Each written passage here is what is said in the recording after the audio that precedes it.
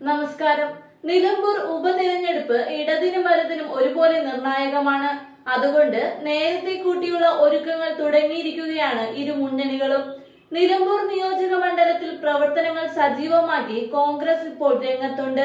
സ്ഥാനാർത്ഥി നിർണയ ചർച്ചകളിലേക്ക് ഉടൻ കടക്കും. പ്രഥമ പരിഗണന ആര്യാടൻ ഷൗക്കത്തിനും BS ജോയിക്കുമാണ്. മുൻ MLA ആയ PV അൻവറിന്റെ അഭിപ്രായവും പരിഗണിക്കും.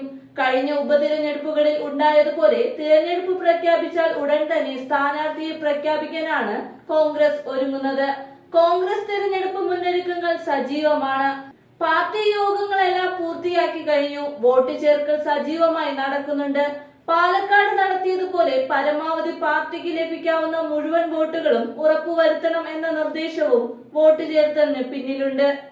KPCC ഭാരവാഹികൾക്ക് ചുമതലകൾ ഉടൻ നൽകും. ഒരു KPCC ജനറൽ സെക്രട്ടറിക്ക് മണ്ഡലത്തിന്റെ ചുമതല ഉടൻ നൽകും. 27-ന് നടക്കാനിരിക്കുന്ന UDF യോഗത്തിൽ നിലമ്പൂർ ഉപതെരഞ്ഞെടുപ്പ് പ്രധാന ചർച്ചയാകും. അടുത്ത വർഷം നിയമസഭാ ഉപതെരഞ്ഞെടുപ്പ് നടക്കാനിരിക്കെ നിലമ്പൂരിലെ വിജയം UDF-ന് നിർണായകമാണ്. MLA പദവി ഒഴിഞ്ഞ PV അൻവർ നിലമ്പൂരിനെ പ്രതിനിധീകരിച്ച് ഇനി മത്സരിക്കാനില്ലെന്ന് അറിയിച്ചിരുന്നു. മറിച്ച് UDF നിർത്തുന്ന സ്ഥാനാർത്ഥിക്ക് നിരുപാധികമായ പിന്തുണ നൽകുമെന്നും പ്രഖ്യാപിക്കുകയുണ്ടായി. 2021-ൽ LDF സർക്കാർ അധികാരത്തിൽ വന്ന ശേഷമുള്ള 5ാമത്തെ ഉപതെരഞ്ഞെടുപ്പാണിത്.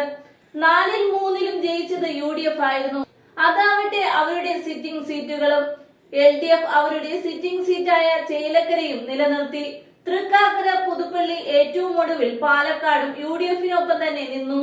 എന്നാൽ നിലമ്പൂരിൽ വരാൻ പോകുന്ന ഉപതെരഞ്ഞെടുപ്പ് ഫലം LDF-നും UDF-നും ഒരുപോലെ നിർണായകമായിരിക്കും.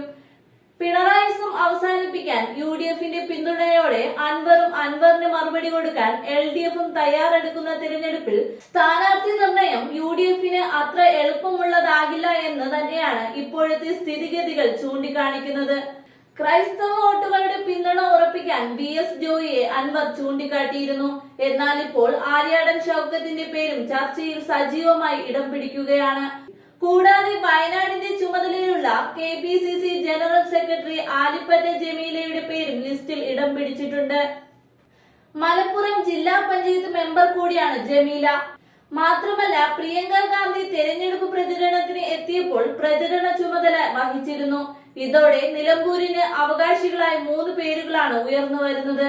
ജമീലയ്ക്ക് പിന്തുണ പ്രഖ്യാപിക്കുന്നവരും സമ്മർദ്ദം തുടരുന്നതോടെ നേതൃത്വത്തിന്റെ ഇടപെടലിന് വേഗം കൂടുമെന്ന ആവശ്യവും ശക്തമാണ്. മലയോര മേഖലയിലെ വന്യജീവി പ്രശ്നങ്ങൾ നേരിട്ട് അനുഭവിക്കുന്ന ക്രിസ്ത്യൻ സമുദായത്തിന്റെ പ്രതിനിധി എന്ന നിലയിൽ മലപ്പുറം DCC പ്രസിഡന്റ് BS ജോയിയെ സ്ഥാനാർത്ഥിയാക്കണമെന്നാണ് അൻവർ പറഞ്ഞതെങ്കിലും ജോയിയെ നിർദ്ദേശിച്ചതിന് പിന്നിൽ ആര്യാടൻ ഷൗക്കത്തിനെ വെട്ടാനുള്ള അൻവറിന്റെ നീക്കം ഉണ്ടെന്നത് വ്യക്തം. KC വേണുഗോപാൽ, MP അനിൽകുമാർ തുടങ്ങിയ നേതാക്കളുടെ പിന്തുണ BS ജോയിക്ക് ഉണ്ടെങ്കിലും ആര്യാടൻ ഷൗക്കത്തിന്റെ പേരിലാണ് മുൻഗണന.